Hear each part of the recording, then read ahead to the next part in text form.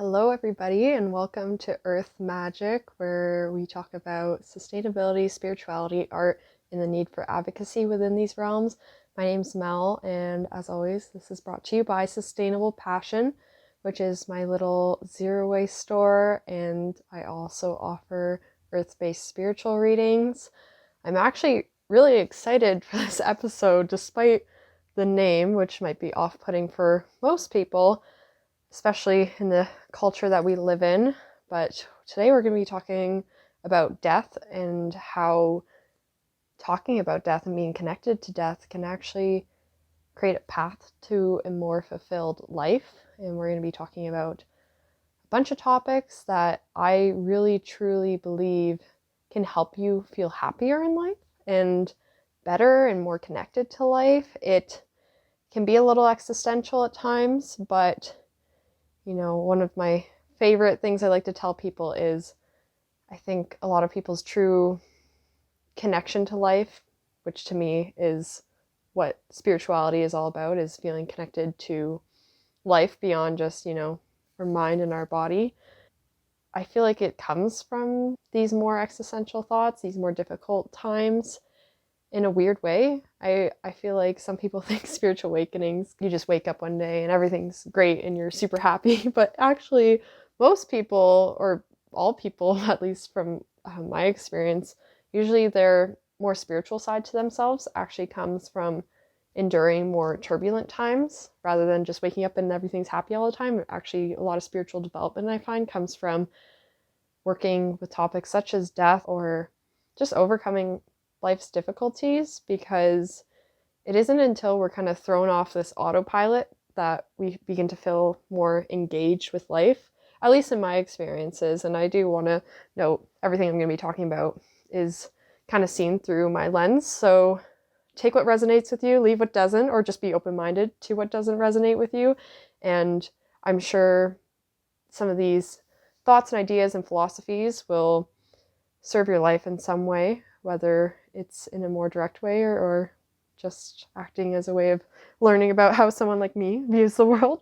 So there's quite a bit I wanted to talk about. I actually have this little whiteboard in front of me because my mind spirals in 10 directions. So hopefully this is going to keep me on track and make me feel like I can actually remember everything I want to talk about. There's so much that revolves around death and this weird silver lining of actually how death can help us feel more engaged and excited about life.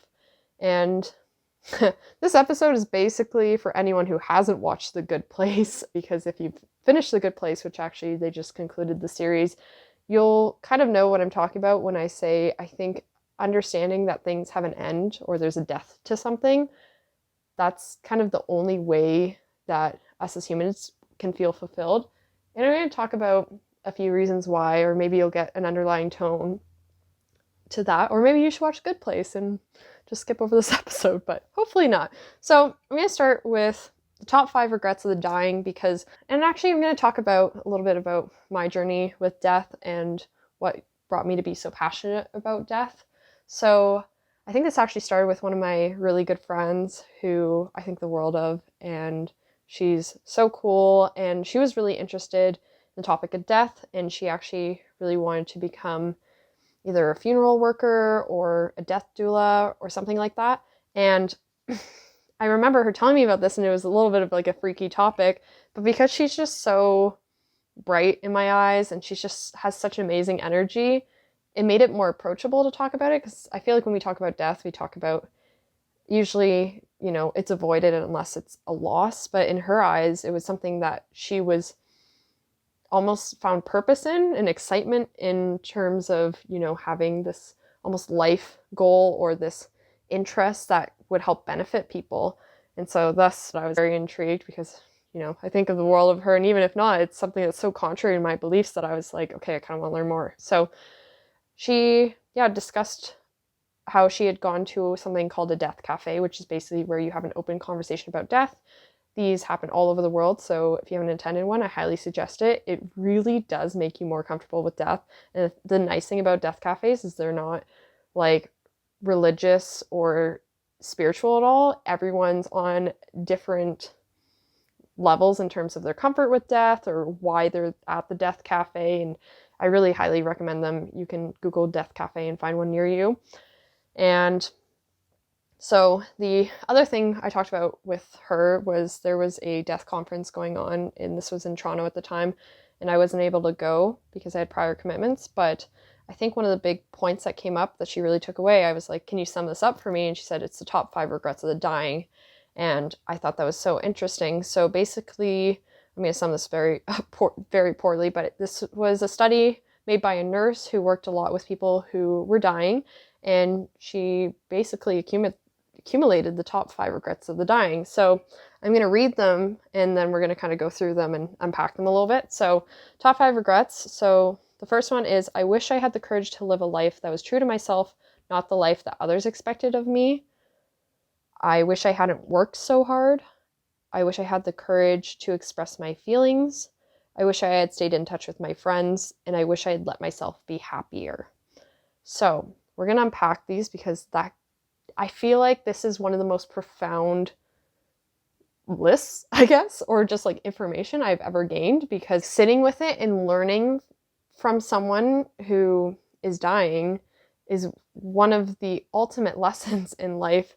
And I feel like this genuinely is basically like a blueprint to helping us not feel that same regret when we come to pass, because whether we like it or not, everyone's going to die at some point in their life, or they face death in many ways. And the other thing I actually want to talk about before I get into this list is death is not always physical. And this is going to be something I think I'm going to probably talk about more later on in the episode, but I kind of wanted to talk about a little bit now so people kind of get a sense of when we're talking about death, it doesn't have to be, I feel like a lot of us feel the presence of death, even if you don't directly know someone or directly know someone that was close to you, or if you don't feel like you've been impacted by a physical death. Death is everything. It's just knowing we're going to die. It's not only that, but the death of a friendship or a relationship, not just physical death. It can be the death of an appearance. It can be the death of a job. It can be a death of an old way of living, old habits, patterns, routines. Right now, we're experiencing collective death in regards to COVID and these institutions that are crumbling, small businesses that are struggling, and there's just so much we can learn from death in this wider scope. So as I go through this list of the 5 regrets of the dying, kind of keep these other forms of death in mind, because I really feel like it helps you feel more fulfilled. And so let's start with the first one. I wish I had the courage to live a life true to myself, not the life that others expected of me. I mean, I feel like these are all pretty self-explanatory, but I'm going to kind of briefly touch upon them. I feel like this is a very important one. I feel like every single person can relate to this balance between doing or living a life that is true to themselves rather than the expectations of their friends and their family. And everyone experiences this in many different forms. You know, for myself, one of the most prominent ways I feel is in regards to my career. Definitely did not take the path that I think people had planned out for me, or necessarily that my parents thought I was going to take, or, you know, I feel like when we see other people succeeding, whether it be like in their businesses or like what they're doing in life, I think from an outsider point of view, it's really easy to be like, oh, that person just like, you know, they had it easy. Everyone was supporting them and stuff, or like, you know, they didn't have the pressure of other people. Every single person, at least I've ever met, is, you know, fighting with this courage to, live a life that's true to themselves rather than what other people are expecting of them, whether it's society, you know, close friends, family, anyone really. And for myself, I've felt this, especially in regards to my career, my gender, my, sexual preferences. I guess that's the way they want to define that. Basically just being queer. And obviously a ton of other things, but I say those are kind of the biggest ones I feel like that I carry with me today. And being connected to this, just like the others, I feel like allows me to remember to be true to myself, because if I were to pass, or not just like past physically, but even in regards to relationships, if I'm true to myself, then I attract, and I have almost this, I guess, presence about me that, I'm not going to attract the wrong person, if that makes sense. And that's not to say we're not going to cross paths or like, have people in our lives that necessarily don't align with us. To me, this means that if I'm making a friend with someone, I'm not putting on this, facade that I'm anything but myself. Thus, they know what they're getting into more or less. And I know kind of hopefully what I'm getting into with them. Like what I'm seeking doesn't always have to be something that's like a common interest. I actually find a lot of value in people that are very different from me, much like how everyone's very unique.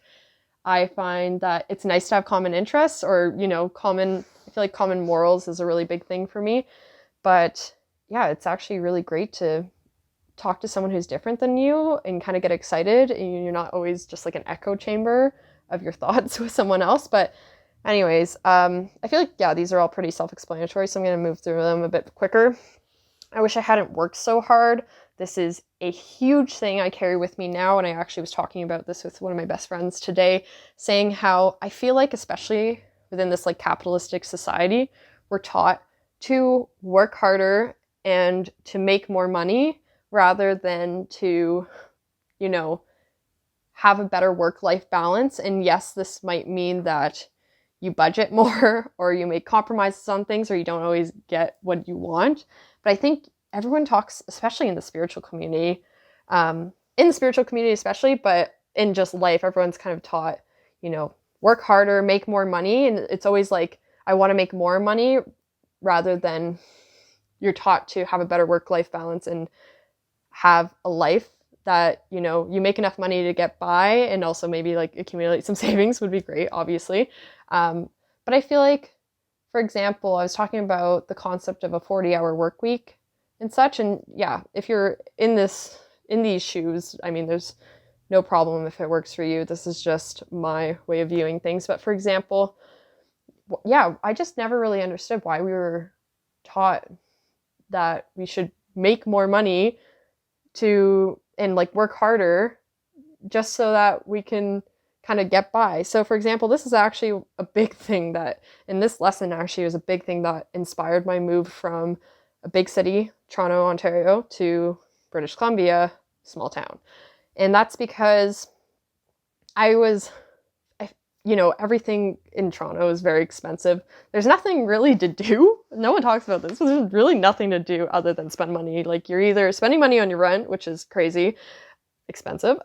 You're spending money to go out and do things because there's not really much nature. There's like 3 solid parks and everyone goes to them. Everything costs money. You're going to an art exhibit, you're going out for coffee, you're going out for food. There's really nothing to do other than spend money. And it's a very much work to live situation. And it's not just in Toronto, like a lot of life feels this way. So kind of, take this and apply it to your life as needed.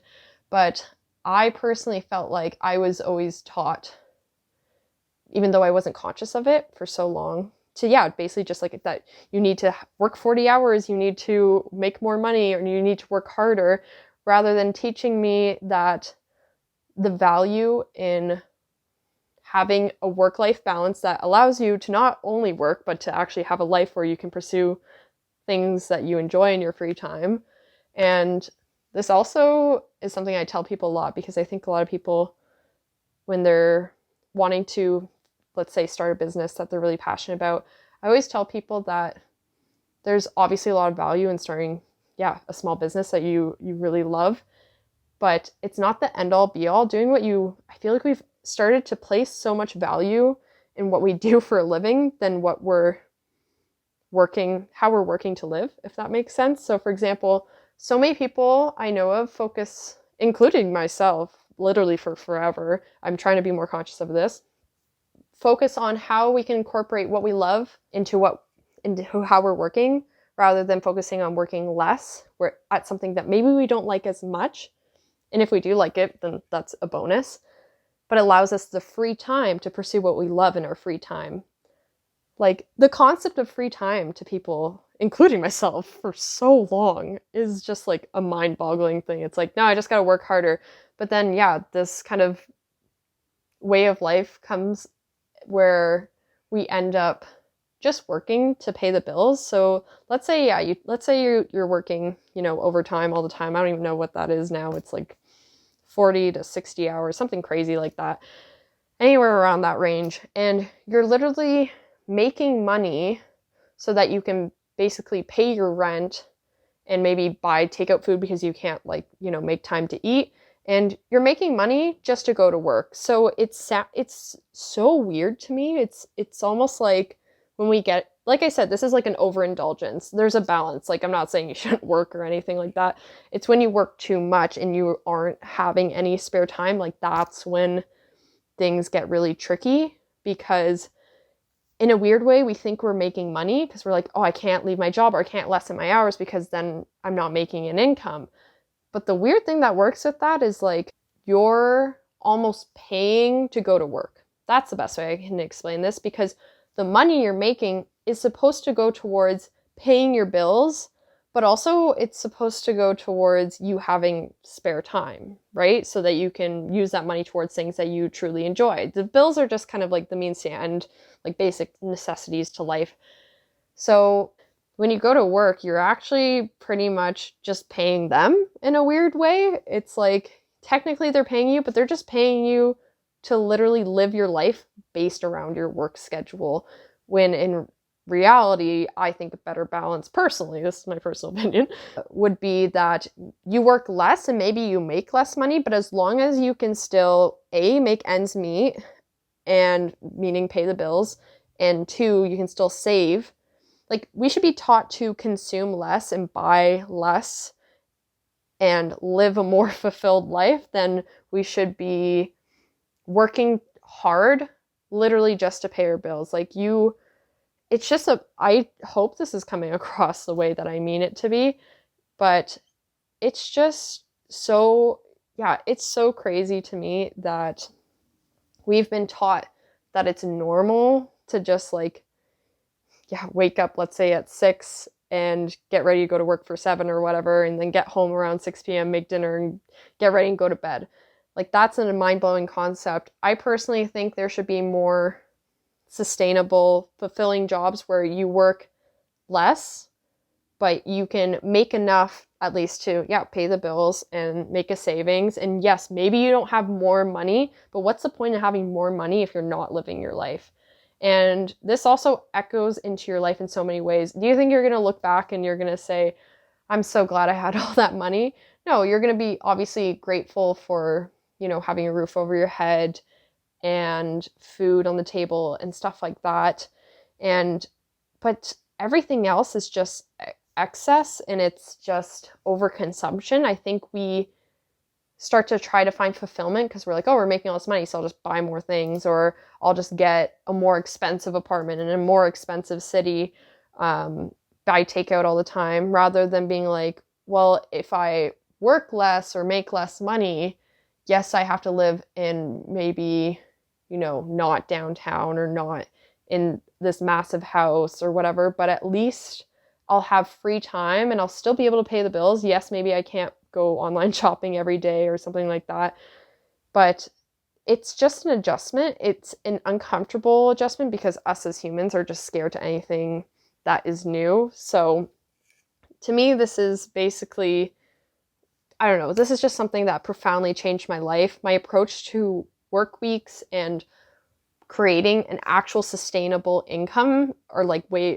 career. And by sustainable career, I don't just mean like making money. Sustainable career to me means that I'm making money because I gotta pay the bills, but I make the money in a balanced way that I still get to go out and live my life. And actually the money I'm making from working not only goes towards paying the bills, but every so often if I want to buy coffee for myself, or I want to go buy this $4 sweatshirt I bought from a thrift store, or, not everyone's perfect.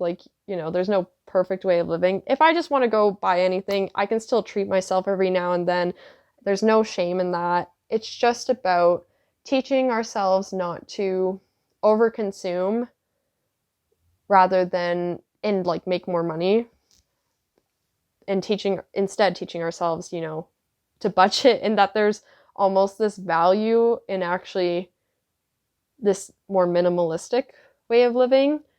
And I find this especially, I don't know, being in the kind of, I guess, quote unquote spiritual community, I find a lot of people are like, oh, abundance is everywhere. And this comes up a lot in my readings. And I talk about, some readings I talk about abundance. And I always tell people this is not just about money, because actually I find abundance to be, just being connected to life, Mother Earth, like abundance of love and friendship in your life, et cetera, et cetera. And yeah, I'm going to move forward because I feel like I could talk about this for forever. Yeah, I wish I had the courage to express my feelings. To me, this is a huge one. And for anyone who's my friend or is pretty well connected to me, I feel like everyone knows that I'm very transparent. And literally honestly, a lot about who I am comes from my lessons around death in this list. So I feel like, yeah, the only thing I can really kind of say about these lists is basically that when you hear these top 5 regrets, think of yourself and think of, the process of dying in any form. Are you, like I said, I wish I had the courage to express my feelings, whether you were physically dying or let's say you're dying from a relationship or friendship. Are you going to wish that you expressed your feelings more, or are you going to live in that fear of expressing your feelings until that death comes? When we reflect on death, I think it allows it, as I said in the beginning, it allows us to learn kind of from the regrets that we could picture ourselves having or that we know other people have had.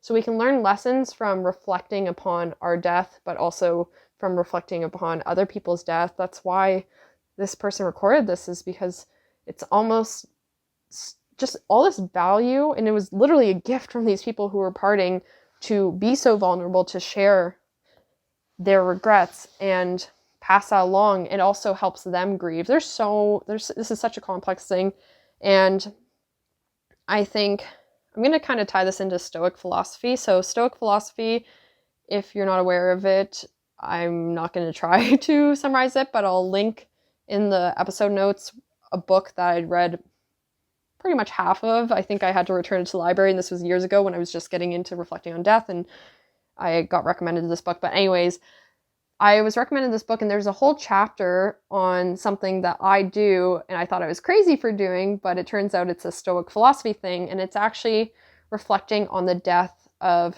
your relationship or your friendships in order to appreciate them more. So this sounds kind of morbid, but which is why it was so reassuring for me to read this and be like, oh, I do this. So for example, at the time I had just entered a longer relationship prior to the relationship I'm in. Most of my relationships didn't last past 2 months.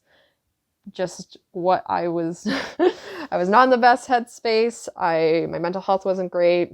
Don't really need to explain too much more about that.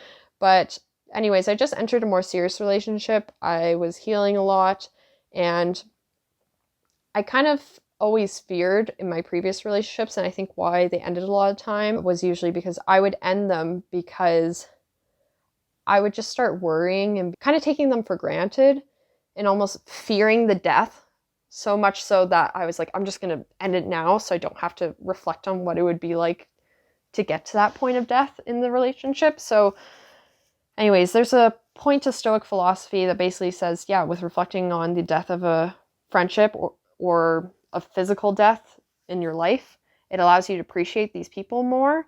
And, this can be applied to, physical death or relationship death, but also, to your animals, family, friends, anything.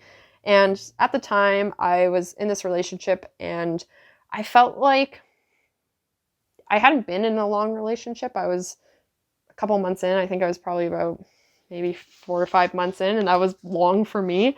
And I was starting to feel like, I was kind of taking the person for granted because we lived together and we were kind of in some routines, and I hadn't been in a long relationship. So I started thinking about, well, what would it look like if this relationship ended? And literally it was like a snap of a finger. With reflecting on what that would look like for a relationship to end, I just went from being kind of like meh, like like this is a good relationship, but also like, not that appreciative, to being like sunshine, rainbows, like, oh my gosh, I appreciate this person so much. I love them so much. And it really, honestly, I feel like this allowed me to be at the point in my relationship I am now because I've reflected at times that I felt like I was taking things for granted. And I feel like you hear take things for granted, it means like you're really just like washing over. I mean, literally, you can reflect on the death of a relationship anytime, and I find it really makes you appreciate that person more, because with starting to think about how much my life would shift without that person and how much that person does for me, how much they fulfill me, it really makes me appreciate them more and make me not want to take it for granted. Just understanding there's an end to something makes you appreciate it more. That's basically even the message I was trying to get at when I was talking about the good place. It's like understanding there's an ending to something makes us live a fulfilled life and have fulfilled relationships. So this is a weird strategy that I'm kind of recommending people try. Reflect on what it would be like to either physically or lose a friendship, or like whether that mean that person passes or, that relationship, you grow apart or it ends.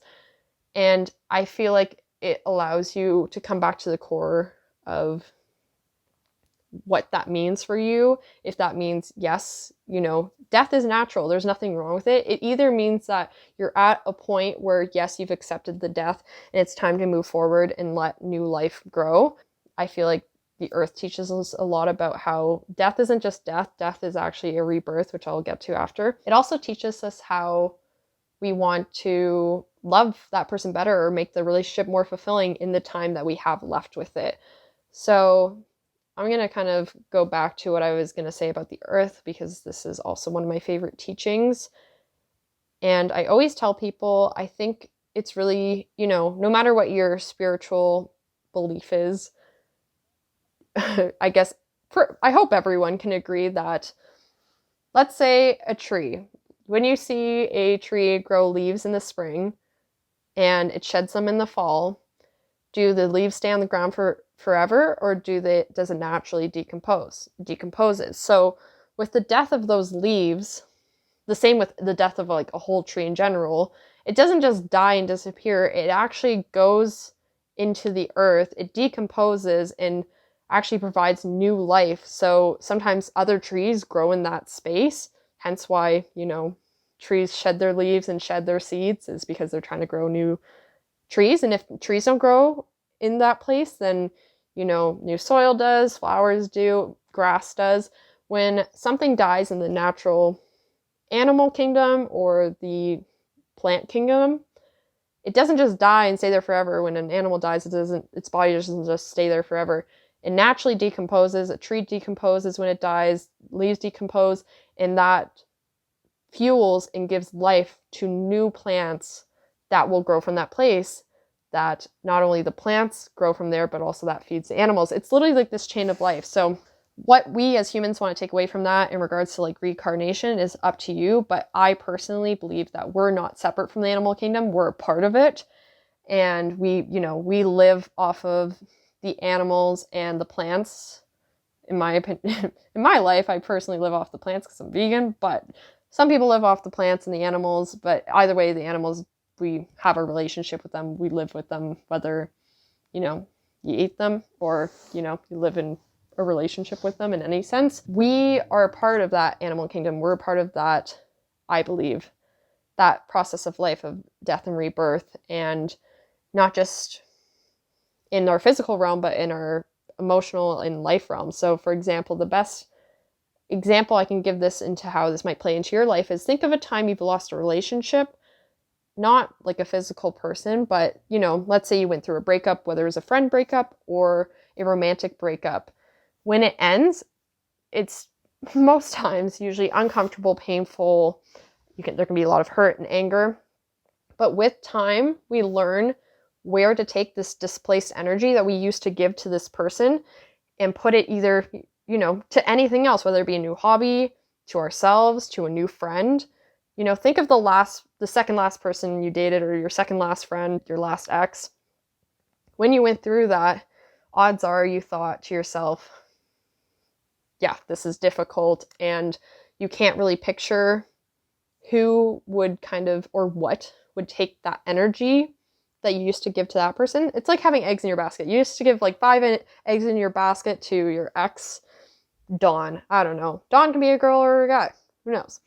You give 5 eggs to Dawn, you break up, you have these 5 eggs, and usually this is where anger and bitterness comes through, is like you used to give, the 5 eggs to Dawn in a loving way, and now you don't know where to put that energy towards, or that time and energy, that you're like, okay, I'm going to keep giving it to Dawn until I figure out what to do with this, so thus I'm angry. I used to give this to you in a loving way, but since you are rejecting that, I'm angry. But then eventually, or you learn that, hey, Dawn didn't accept these 5 eggs of mine with love, so I'm going to take them and either give them to myself and give myself some self-love, I'm going to give it to a new passion and interest, or I'm going to give this to my future partner who will love me for all that I am, and I will love them for all that they are. So, wow, all this stemmed off of, I wish I had the courage to express my feelings, but anyways, you get the gist. There's so many lessons within these 5 regrets that I just feel like I cannot capture how they echo into my life, and how, even consciously and subconsciously, but I really find that with reflecting on the death of a friendship, or the end of a friendship, the end of a job, the end of a physical life, actually helps us have the courage to express our feelings and get vulnerable, because will you regret more the things you did say to someone or didn't say to someone? That's, I guess, the question for you to answer. Personally, I would regret the things I didn't say to someone more than the things I had the courage to tell someone. So the other one is, I wish I had stayed in touch with my friends. This is a huge one. I feel like it's really easy to feel like, especially, for example, in my life, I've moved away from home, and I feel like it's really easy to feel like with time passing, or with not keeping up every day, or not texting every day, or whatever us millennials do, and non-millennials, but I feel like with not staying in touch, it's really easy to find a strain on the relationship. I feel like it's really important to be on the same page with any type of connection you have. So for example, I'm not a big texter. I don't like texting, and I feel like I just have a mutual understanding with my close friends that no matter what, and I hope, and if any of my close friends or friends are listening, I hope everyone knows that no matter how much time has passed or what has happened in the past, I am always there to talk. I will always provide love and care to someone, even if we are close or we're not. And wishing you stayed in touch with your friends in regards to a passing, to me, allows you to have more fulfilled friendships where you make the most out of your connection. You try and stay in touch, whether it be through, I literally send letter mail still to people. I'll send people like random little findings just to be like, oh, I thought of you. I'll send people a message I haven't messaged in years. And I feel like it just allows people, I feel like we're all so self-conscious about what another person thinks that we're always afraid to really have that vulnerable connection with someone.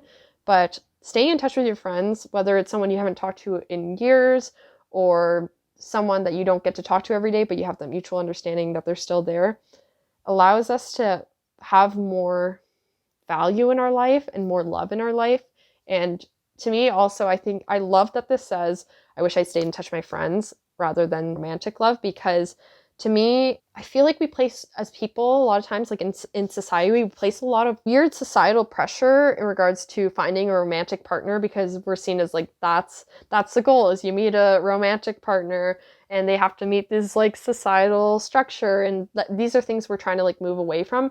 But I personally believe in like soulmates as friends, and that I feel we should, as people, should care as much as we do about romantic relationships, about our friendships. If not, we should care about our friendships more, because those, friendships exist within a romantic relationship, but friendships are forever. It's like, I don't know, I never was a Spice Girl fan, but my sister was. It's like, I'm pretty sure every single song for them was about like loving your friends and stuff like that. Or they said,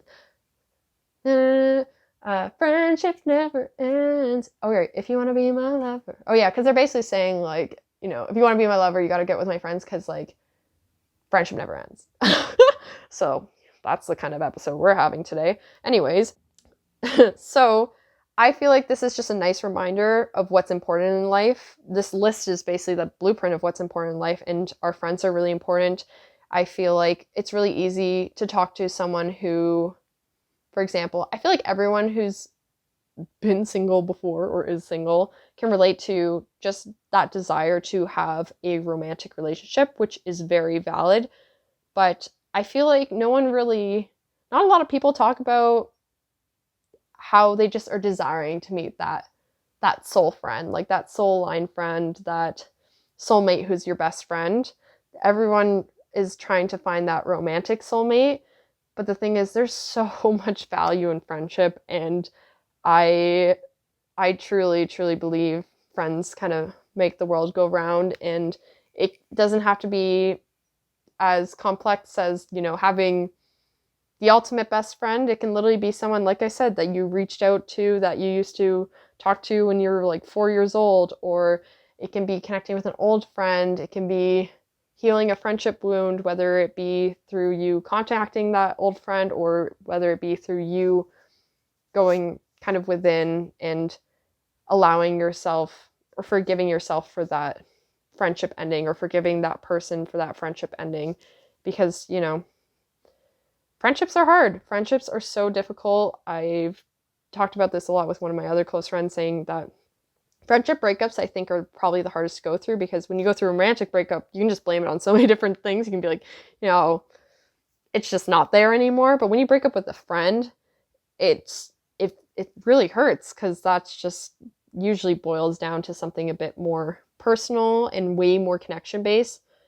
I don't want to, I'm treading on very heavy waters here, and I'm trying to watch what I'm saying in regards to, romantic stereotypes and such. So I just feel like, yeah, this is just a nice reminder to keep your friends close, be more vulnerable, and all that. And the last one is, I wish I had let myself be happy.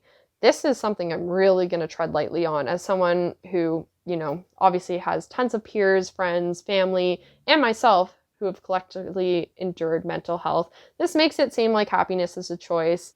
It's not.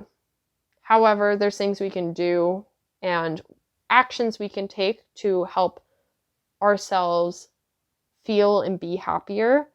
And this is, like I said, something I'm going to tread really lightly on. I don't think I'm going to talk about too much, because I want to be very mindful of it. But I wish I let myself be happy.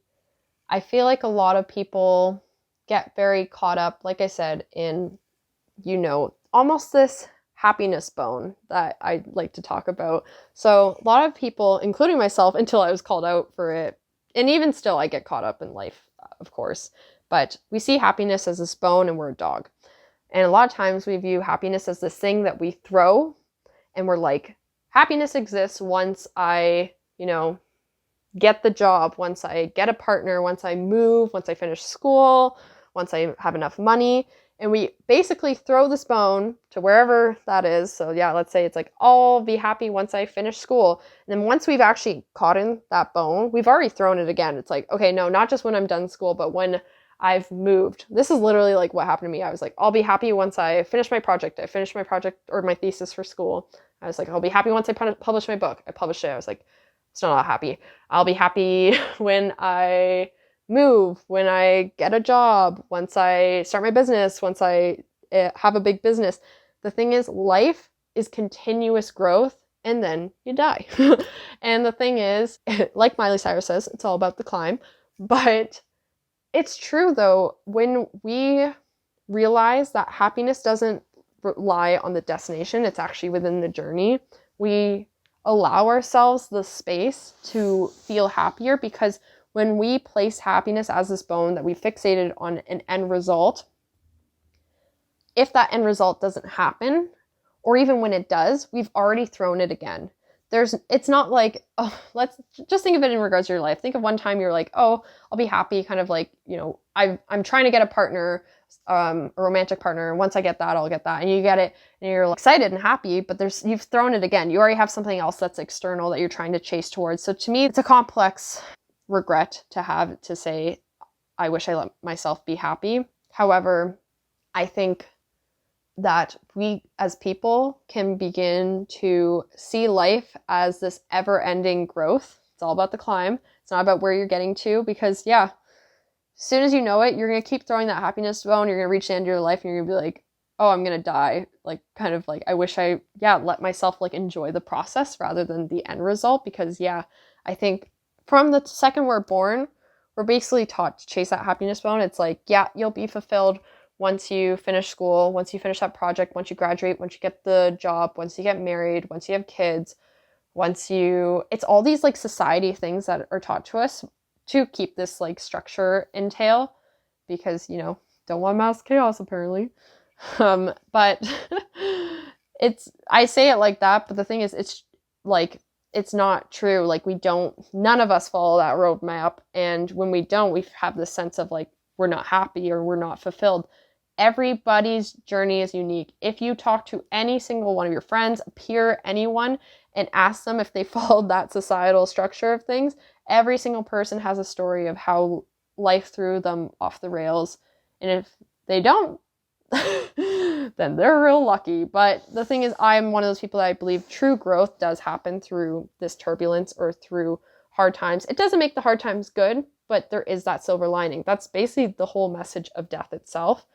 And I'm going to move forward from the top 5 regrets, because I feel like we're pretty much almost done in regards to a lot of topics I want to hit. But finally, I just wanted to end this with kind of talking about the few things I was mentioning, which is death not just being physical, but being in regards to friendships, relationships, jobs. So this means like the death of like not getting a job, the death of having a job and getting fired or quitting, the death of an old way of life. Like, let's say you used to wake up every morning at 8 a.m. and now you wake up at 6 a.m. Like, something as simple as that is a death. The death of an animal, COVID, how we've experienced not only physical death, but also institutional death during this time. We're watching systems crumble, some that are beneficial, some that are not. Like, systematic racism is beginning to be acknowledged in the way that it should. And even in regards to like small businesses, I find around COVID stuff, this is also such a hefty topic. I'm going to say it very quickly, but a lot of people, as someone with a small business, someone who's part of the small business community, I'm going to tread also lightly here because I want to be mindful, because everyone's not in the same situation. But I've seen a lot of posts that are basically being like, because of like the government regulations, small businesses are crumbling and big ones are thriving. And the thing is, yes, that's true. And it's very frustrating. The thing is, it's not that simple. I personally believe that, yes, small businesses shouldn't have to close if the big ones, like the big giants, like Walmart, that isn't just a grocery store, like, can stay open. You know what I mean? Like, I feel like, grocery stores, if you're going to shut down things, like, you only keep open the actual necessary businesses. You know what I mean? Amazon quadrupled their profit while like all these small businesses went broke. Yes, like, I agree with that stuff. However, it's also not that simple. I don't think it was until something like this happening that people didn't realize how much their collective actions go so far. It's not just the government shutting down small businesses that, put them at risk and a lot of time put them under. It's people collectively supporting bigger businesses and not being aware of small businesses. We've always heard to support local or support small, but that's probably gone over your head for so many years until people have started to be like, wake up, small businesses are going because of everything that's happening. And I really do think it kind of took something like this happening for small businesses to get the acknowledgement that they deserve, and for people to call out places like Amazon or like Walmart or whatever that were quadrupling their profits and are not ethical, sustainable, or anything like that. We sometimes need, we kind of needed that threat to the death of small businesses for people to be like, understand that this is something we don't want to go away, and this is something that we can actively support. And in a weird way, this applies to so many things in life. And I gave that kind of list there. I'm going to kind of work through some things. But for example, with reflecting on the death of animals, I think when we I think as society, you know, there's a lot of times, I'm going to try not to be like the preachy vegan here, but because, yeah, everyone has different beliefs, different things that they feel like they need to support their body, some things that people actually really need to support their body, different things. And for example, I feel like with reflecting on the death of an animal, not everyone needs to be a perfect like vegan, perfect zero waste, perfect anything, but there's things we can do to be more conscious and implement changes that benefit the planet. So with actually reflecting on the death of an animal, I feel like if people were truly back to kind of like the original ways of living, which is like hunter-gatherer, then if we were all forced to be hunter-gatherers right now, for people basically that are outside of like the farming industry, everyone would be so in shock that I feel like basically everyone would want to go vegan. But the thing is, if you're raised that way, then you begin to understand the ethics and in consuming meat. Because, for example, can it be ethical to consume meat if you're doing so in a way that you're only actually eating what you need to, you're living off the land, all these different things. And, you know, I'm not going to say any sort of answer because I'm not the answers to life. I'm just someone who lives my life according to whatever feels best and most ethical. But I really think, for example, that being more connected to the death of an animal can not only help you be more sustainable in the ways that you eat, but also in the ways that you are consuming products, in the ways that you're shopping. There's a reason why people don't want to support Amazon. It's not just because they're quadrupling in profit. It's because it's actually detrimental to so many different systems, and especially like it's detrimental to the small business community. It's realizing the death of nature itself with these just huge giants that are harming our planet and creating so much waste and not taking any responsibility. There's just so many different things, but I also want to talk about the benefit of reflecting on the death of an object. I find when you reflect on the death of an object, for example, any kind of materialistic thing that you might have that you see value in. So for example, I'm very into rocks, and I've had rocks that have either gotten lost or have crumbled, depending on the makeup of them. And I feel like with reflecting on the death of an object, for me at least, it's really helped me in regards to sustainability, but also in regards to how much value I place in an object. So for example, if I go to a bookstore and I'm getting a used book, it doesn't bug me. Like, there's no appeal to me for new books really anymore. Obviously, you know, everything needs to be new at some point. So in some cases, yeah, new books can be beneficial. But for example, if I'm getting a used book, I know eventually if I use the new book, it's going to end up looking like that regardless. So why would I stress so much about trying to keep something in its perfect condition? It's the same thing that for me, it goes with like thrifting and clothes and such. It's like, obviously, yeah, having clothes that look like they're not worn down, it's nice to have, but also just understanding that there's an impermanence to every object. Every object you will either A, throw out at one point, B, it will get worse, and they're just not permanent. And I feel like a lot of people sit on using products that they have a lot of value in, whether it be like a favorite necklace, a favorite outfit, because it's almost like they don't want to spoil it. But the thing is, with understanding that objects are impermanent, we don't have or place as much value in them, because a lot of times even when we're buying objects, we're like, oh, I need this. So the thing is like, do you really though? I feel like this allows us to be more conscious with our consumerism. It allows us to be aware of how much value we place in a physical object, understanding that our happiness doesn't come from a physical object. You know, it's nice. Obviously, you know, like I said, everyone's not perfect, but also, yeah, there's still going to be products and items that make you happy. There's sustainable switches you can make.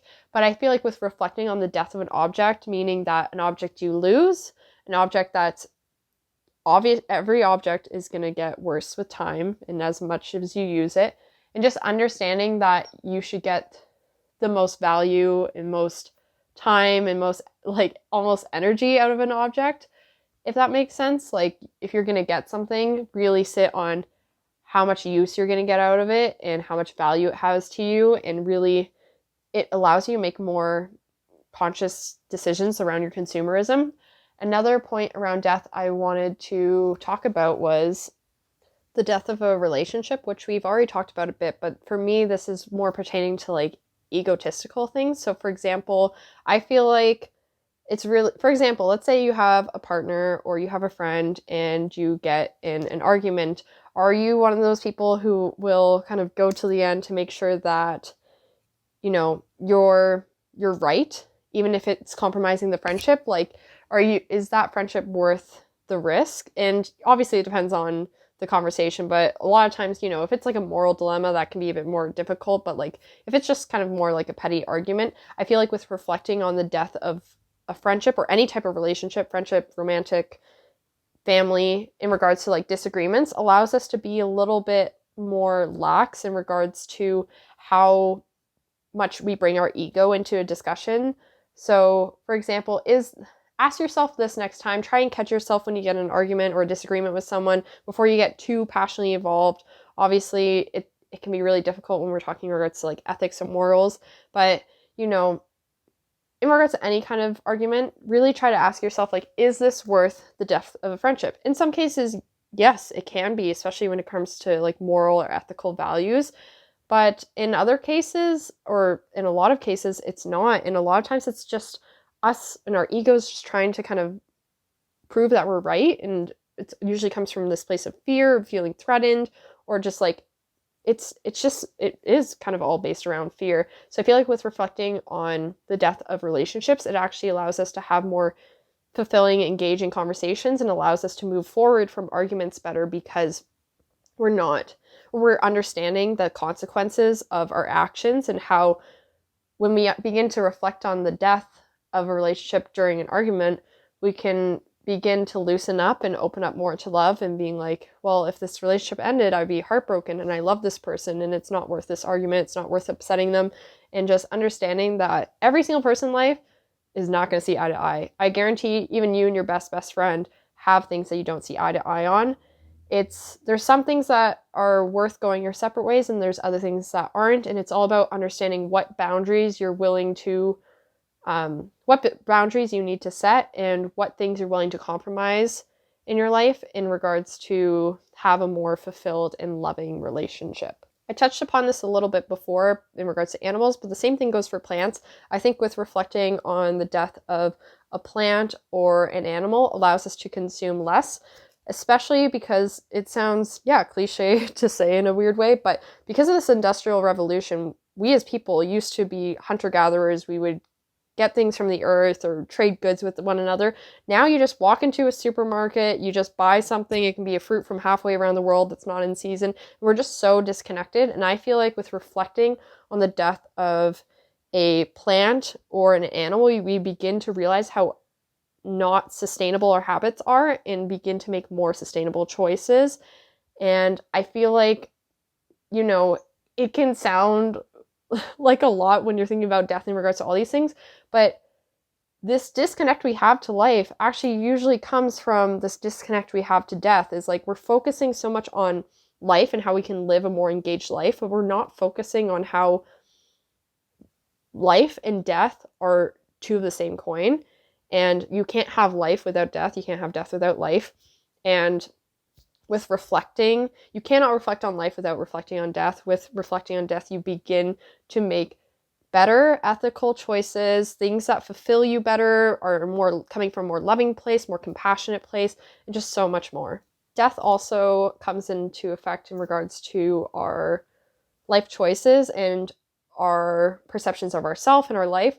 A lot of times we walk into life with this expectation of things, of like what we want to work out, whether it's like you make plans with a friend and they don't work out, that's like a death experience in itself. Or whether you have this mindset of you dream of growing up to being a photographer and then it doesn't work out. Or you just feel so fixated on creating, on like the life aspect of things, that you don't reflect on what your life would look like if you chose a different life. Like if you release the death of this dream of becoming a photographer, or you have the death of an old lifestyle. Kind of talked about this a bit in the beginning when I was talking about, waking up at 6 a.m. instead of 8 a.m.